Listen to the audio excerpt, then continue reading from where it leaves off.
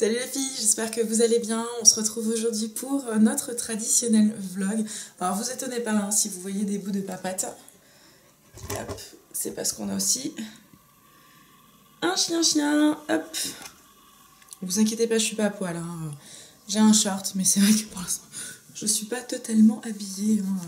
Pour vlogger, je le reconnais. Donc, hop, on va cadrer mieux. Ça sera plus sympa. Voilà, hein, donc vous étonnez pas si vous entendez des bruits bizarres, c'est normal, c'est le toutou. Pour ce qui est de... je vais pas y arriver. Pour ce qui est de ma voix, je m'excuse à nouveau, mais mon chéri a passé un week-end prolongé avec moi. Il avait une angine, il me l'a bien évidemment refilé. Donc en tant que téléconseillère qui reprend le boulot demain, je suis ravie. Mais voilà, j'ai pas le choix, donc je vais rester tranquillement à la maison aujourd'hui. Je vais quand même aller sortir Loulou pour faire une grosse balade. Moi, ça me fera marcher, prendre l'air frais, ça sera pas mal. Mais voilà, après, je vais rester au chaud, au calme et sans parler. Voilà, donc je fais ma vidéo maintenant. Comme ça, ça sera fait. Alors, pour commencer par le régime, au niveau du régime, je suis assez contente parce que j'ai enfin reperdu. Petite fête, bon c'est pas énorme, hein, c'est 700 grammes. Après c'est 700 grammes entre mercredi matin et aujourd'hui, donc en 5 jours et pas en 7, donc déjà c'est une bonne chose. Et c'est 700 grammes de perdu alors que nous avons fait 3 restos. Et oui, le premier sur un coup de tête, mercredi soir, voilà, Romain avait pas envie de rester à la maison, il avait envie de manger une crêpe dans une crêperie, donc on a été dans notre crêperie favorite. Et on a été relativement raisonnable, notamment au niveau de la crêpe dessert, puisqu'on a pris une crêpe la plus simple, sucre citron. Et donc, c'était pas trop calorique, on aurait pu faire pire, donc ça c'est plutôt une bonne chose. Le lendemain, pour la Saint-Valentin, on s'est fait une petite brasserie le midi, parce que là, on voulait pas avoir tous les restos blindés le soir, on voulait être tranquille. Donc du coup, voilà, on s'est fait une petite crêperie, une petite brasserie, où on a très bien mangé pour 13 € par personne. Donc voilà, on a réussi à lier le budget et l'équilibre, donc ça c'est une excellente chose. Et pour le dernier dessert, pour le dernier resto, on a été au restaurant en fait avec ses parents pour ses 30 ans. Et là moi j'avais choisi un tartare, donc il y a pire hein, comme menu. Et le service a été tellement long qu'on est parti sans prendre de dessert, de café ou quoi que ce soit. Donc forcément on s'est réfréné tout seul, donc c'est plutôt une bonne chose. Ce qui plus est, cette semaine, même si j'étais à la maison, j'ai fait pas mal de choses, ce qui fait que j'ai pas grignoté. Et bizarrement, quand on grignote pas, on ne grossit pas. C'est étrange quand même comme analyse, mais bon, ça va être appliqué au boulot, ça va être plus dur, on verra bien ce que ça donne cette semaine. J'ai pris le temps de cuisiner des plats d'avance, donc logiquement, voilà, j'aurais pas besoin d'acheter ou quoi que ce soit. Et du coup, moins de risque d'acheter des merdes. Je suis désolée. Moins de risque d'acheter des conneries, donc très très bien. Voilà, donc ça c'était pour la petite partie régime. Je souligne à nouveau juste une dernière petite chose, j'en avais parlé dans mon vlog précédent, mais merci beaucoup Cécile de m'avoir intégrée dans ce dans ce groupe de motivation, parce que voilà, je prends le temps du coup d'y aller tous les jours, de lire un petit peu, de dire ce qui se passe côté cuisine, côté régime. J'ai pas encore pris le temps de poster mon nouveau poids, donc au moment où je tourne, hein, parce que je tourne toujours en avance, hein, ça vous commencez à le savoir. Mais voilà, j'ai pas pris le temps encore de... les petites papates, j'adore les papates. J'ai pas encore pris le temps de poster mon poids, mais ça sera fait juste après cette vidéo. Voilà, donc ça c'était pour la petite parenthèse. Pour ce qui est du mariage. Alors au niveau du mariage, j'ai été me ruiner chez Cultura en termes de papier, d'enveloppe, tampons encreurs, œillets et compagnie, pour petite déco, pour commencer les faire-part. Et donc nous avons commencé avec mes témoines hier, donc dimanche, puisqu'elles sont venues manger à la maison près de la piscine, et du coup on a commencé les faire-part. Donc on a posé tous les œillets, donc sur 75 faire-part. Ça fait quelques œillets hein, quand même, à coup de 2. Voilà, on a fait tous les petits nœuds, on a commencé à coller les photos, mais j'avais pas toutes les photos, donc pour l'instant, au niveau des photos, on est un petit peu en attente. Et j'avais des strass à coller, et avec la colle chaude, c'est juste impossible. Donc il va falloir que je trouve une autre solution par rapport à ça. Mais voilà, je vais continuer de creuser, puis je vais trouver. Ça c'est clair et certain. C'est clair et net, pardon. Et on a commencé à faire des prototypes de photos forts pour décorer les tables. Et les filles ont eu de bonnes idées que je vais garder. Donc au final, on va avoir 3 types de photos forts différents sur les tables, histoire de varier un petit peu, de créer ce côté un petit peu brouillon, champêtre, que j'aime beaucoup. Donc voilà, et ça a été vraiment un super moment avec elle, parce que les filles sont pas spécialement manuelles à la base. Et... j'ai des poils partout. Bon. Et c'était vachement chouette. Vraiment, on a passé vraiment un super moment. On a pu discuter tant du mariage que d'autres choses. Donc c'était vraiment un moment entre filles que j'ai énormément apprécié. Et il me tarde de recommencer. Donc voilà, pour ce qui est des faire-part, je vous en montrerai peut-être un peu plus tard. Mais pas maintenant, parce que je voudrais aussi garder la surprise pour mes invités. Voilà, tout simplement. Ensuite, je vais vous parler de mes produits chouchous maintenant. Parce que la partie semaine, je voudrais développer quelque chose qui est important pour moi. Donc je voudrais terminer sur cette note-là. Donc au niveau de mes chouchous de la semaine, il y en a 2 parce que j'arrive pas à les départager. Le premier, c'est ceci. Donc c'est le gel douche saveur d'enfance.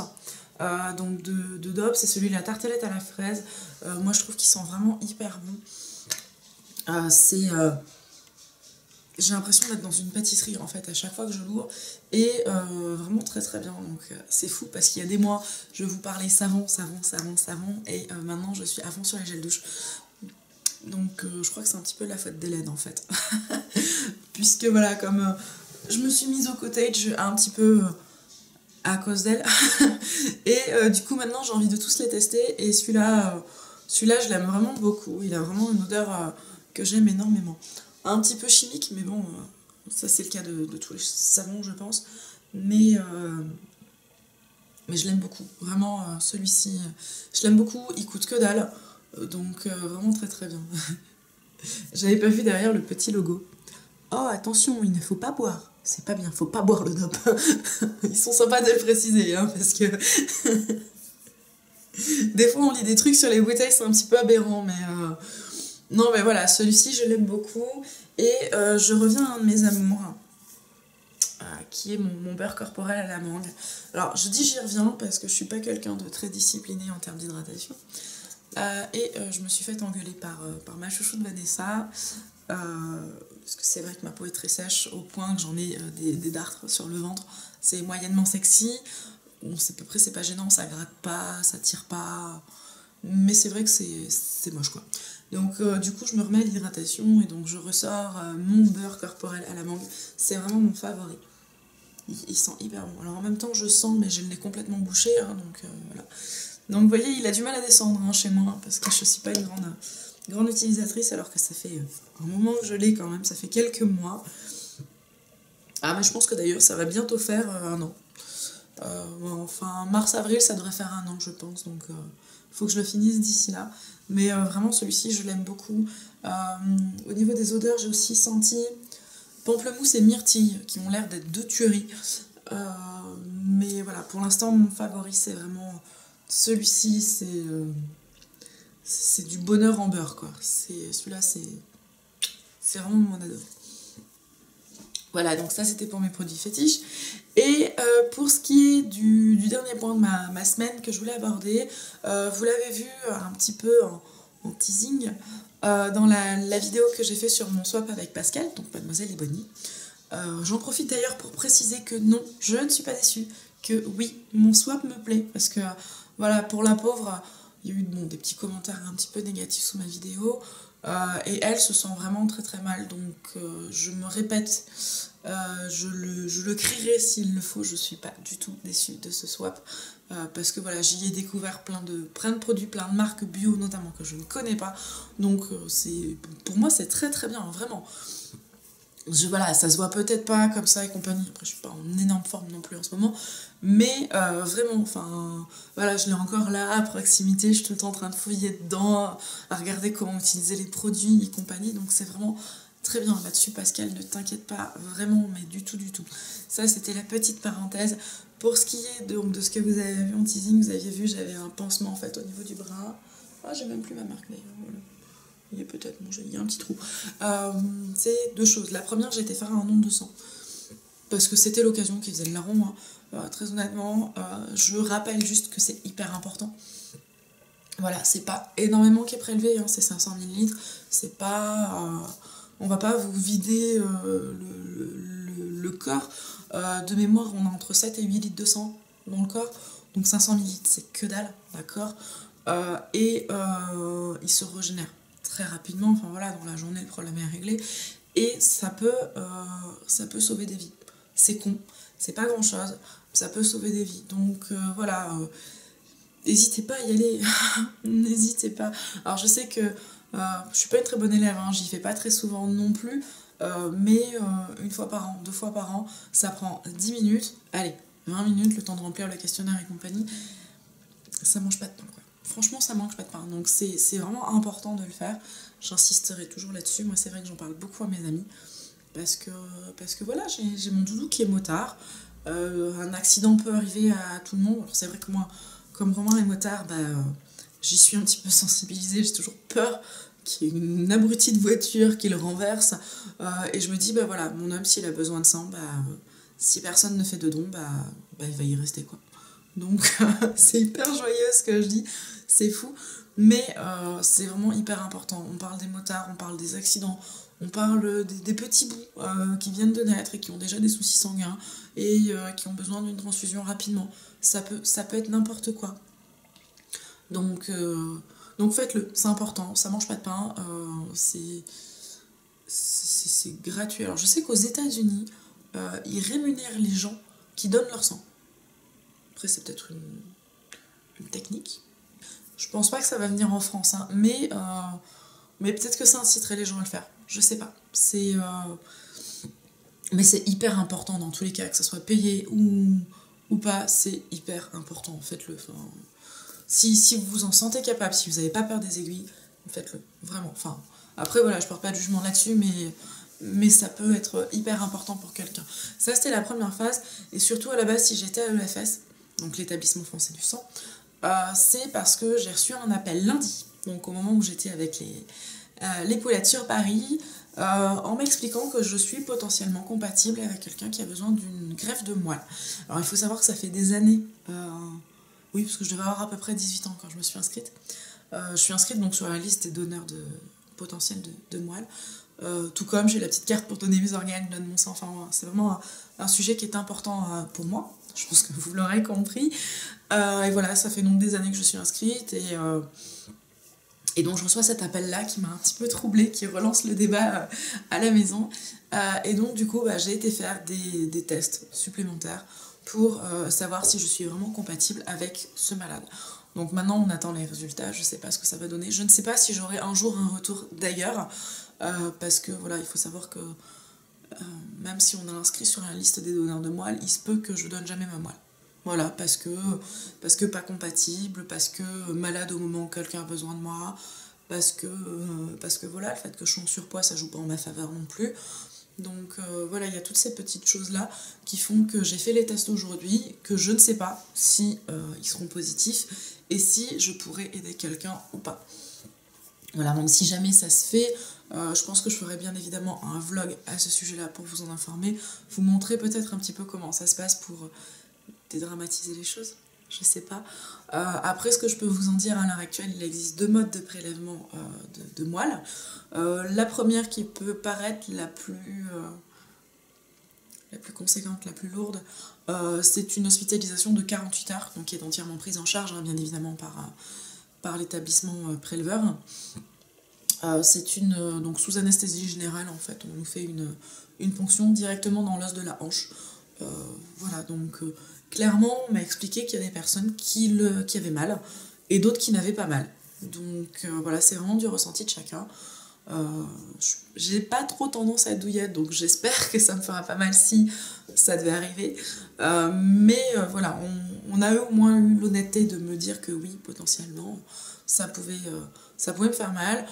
Il y a toujours un petit risque au niveau de l'anesthésie. C'est une anesthésie générale.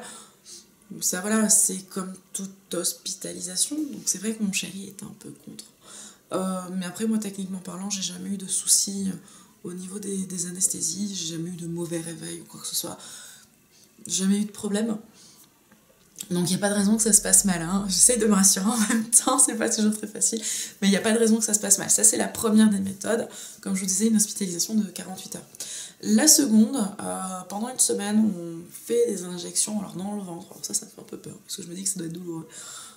Des injections en fait d'hormones de croissance qui vont pousser la moelle osseuse à se développer de manière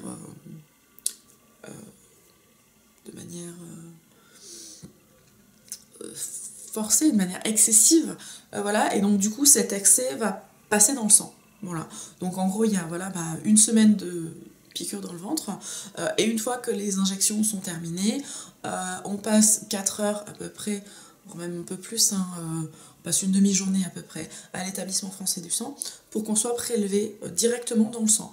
Donc c'est un peu comme un don du sang en beaucoup plus long, puisque le prélèvement dure 4 heures et qu'on est prélevé dans les 2 bras. Donc voilà, c'est en gros on fait la croix pendant 4 heures. Donc voilà, je me dis que c'est peut-être moins douloureux.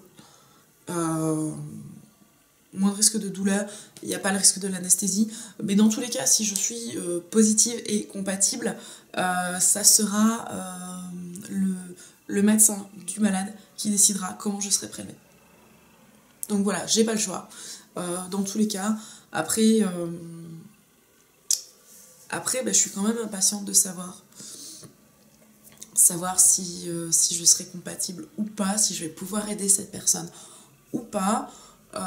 Et je pense que si je suis compatible, je me poserai encore énormément de questions. Mais voilà, mais j'y crois, ça fait partie de ma philosophie de vie et j'abandonnerai pas.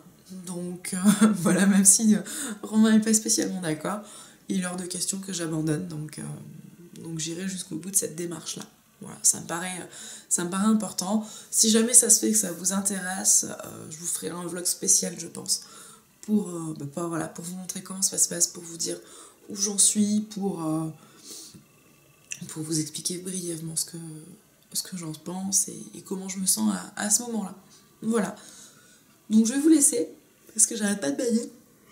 Je sais pas pourquoi, à chaque fois que je fais un vlog, je baille. Enfin, c'est fou ça. C'est peut-être parce que je le fais le matin, mais je sais pas. Mais voilà, donc c'était un sujet important. J'espère que je vous ai pas saoulé avec ça, mais ça me tenait vraiment à cœur de vous en parler.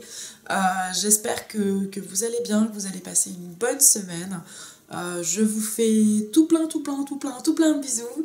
Et on se retrouve la semaine prochaine au moins dans un vlog avec logiquement une voix qui sera un peu mieux. Voilà, je vous fais tout plein de bisous. Salut, salut!